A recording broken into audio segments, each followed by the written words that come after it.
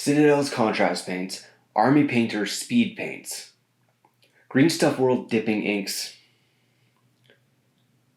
Scale Colors instant color, and Vallejo Xpress color. Are you even a paint company in 2023, 2024?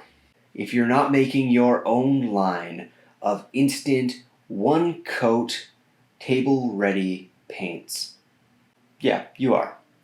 I see you there in the craft aisle, folk art. Don't think I forgot about you. Today I have the entire first wave of Vallejo Xpress color paints to test. So I'm going to put them through their paces, test all the colors, and try them out on some models. Let's get started. After working with the paints for a little bit, I can say I'm happy with the consistency of the paint itself. It's very similar to other contrast style paints on the market, and there shouldn't be any surprises there if you're familiar with similar products. Now, it doesn't seem to tear or leave tide marks as easily as GW's contrast either, which makes working with it fairly forgiving. The paint comes in dropper bottles, which is nice, but they don't have mixing beads in them. At this point, that's just frustrating, since Army Painter's speed paints already come with mixing balls. It's not like it's some big mystery that companies don't know about, they're just choosing not to do it. And while it's not the end of the world, they do seem to want to charge the price of a premium product, so they should be trying to deliver one. The dropper bottles themselves deserve a note too. The bottles are a little different than you might be used to. They're made of a softer plastic, so don't go squeezing them the way you would Army Painter bottles, unless you want paint all over your desk. That said, the reason for that is that it's a recycled and recyclable material. So for me, that's a net win. Good for you, AO.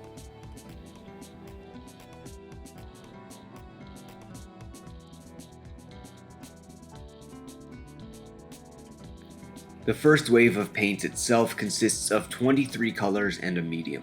I want to start by saying that I like a lot of the colors, and a few of them in particular I really like. There are a lot of nice blues and greens in the wave. That said, there's no way to talk about the colors in this set without letting you know how confused I am. The black that comes with the set, Black Lotus, is a nice color. It's a really nice, desaturated gray-blue that I already have some plans for, but it's not black. That's not black. It's a lovely color, but that means there's no black paint in the first wave of paints, which is kind of a basic requirement. Likewise, the gray color, Space Gray, is blue, just like Black Lotus is blue, which makes the white the only neutral shade in the set. Now, I don't know if that's intentional or not, and again, Space Gray is fine, it's a very nice paint, but it's not gray. Now, it's hard to explain some of the baffling choices made in this wave. For instance, there are only 2 browns, and they're almost the exact same color. Wasteland Brown is very slightly darker than Copper Brown, but only by a tiny bit. They're both mid-range yellow-tinted browns. There's no dark brown, no tan, no khaki, no brown that leans more to purple or red. I don't understand why they would do that. Similarly, we have Cardinal Purple. Now, this is a lovely color, but come on. Cardinal birds are not purple. Cardinal clergymen don't wear purple. Cardinals of all types are pretty famously red. So what's Cardinal Purple? Come on, get your guesses in. Is it red or is it purple? Neither. It's magenta. Somehow. Don't get me wrong, it's, again, a really nice color, but it's just such a weird problem to give yourself. I know, a lot of people out there aren't bothered by weird names for paints, but this goes beyond that. It calls something black that isn't black. It calls something gray that isn't gray. There's even a snake green that's really very blue. And this paint has 2 colors in its name, Cardinal Purple, neither of which is in the bottle. What is going on? I have a huge paint collection at this point, and I'm sure many of you do, And 5 months from now, when I'm looking for a magenta, am I going to remember that cardinal purple fits the bill? Because it really is a vibrant, pretty color. So it'd be nice if I did. But probably not, right?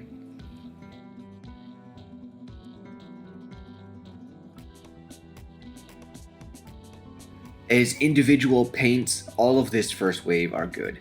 Despite the problems I'm talking about, the standout colors for me are Black Lotus, Caribbean Turquoise, Snake Green, and Plague Green. There are a couple of really nice yellow colors as well, with Nuclear Yellow and Imperial Yellow. Nuclear Yellow is very similar to Army Painter's Zealot Yellow, which is to say the shadows go to a more orange egg yolk kind of color, which I like. And Imperial Yellow is, in a no doubt shocking twist, very close to GW's Imperial Fist. But if you don't have those, or if you prefer Vallejo, or even just dropper bottles to Citadel and Army Painter, then these are a good option.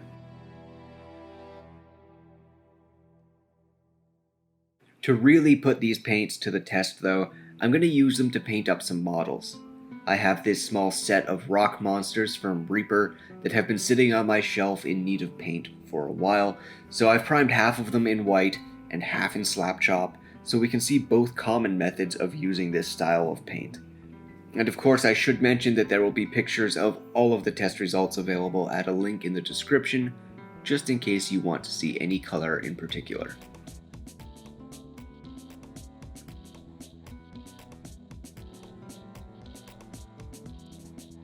While I get these models painted, I'd like to take a moment to thank my patrons. Your support means so much to me, and I can't thank you enough. I'd like to thank Amanda Chisholm for signing up at the Terrain tier, and Jessica Holden for joining at the Paint tier. Thank you both for helping the channel to grow and to keep the content train rolling. If anyone else is interested in supporting the channel in that way, there are links below, and just know I appreciate you even considering it.